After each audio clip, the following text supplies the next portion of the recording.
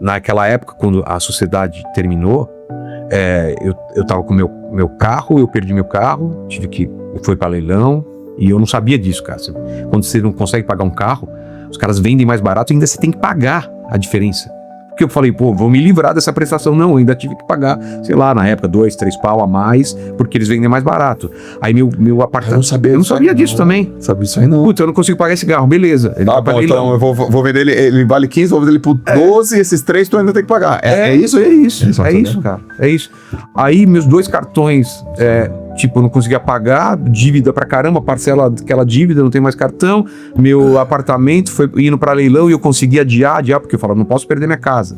E, cara, 1 ano depois eu tava com apartamento quitado, com carro quitado e com a produtora voando, cara. E eu falo, como isso aconteceu?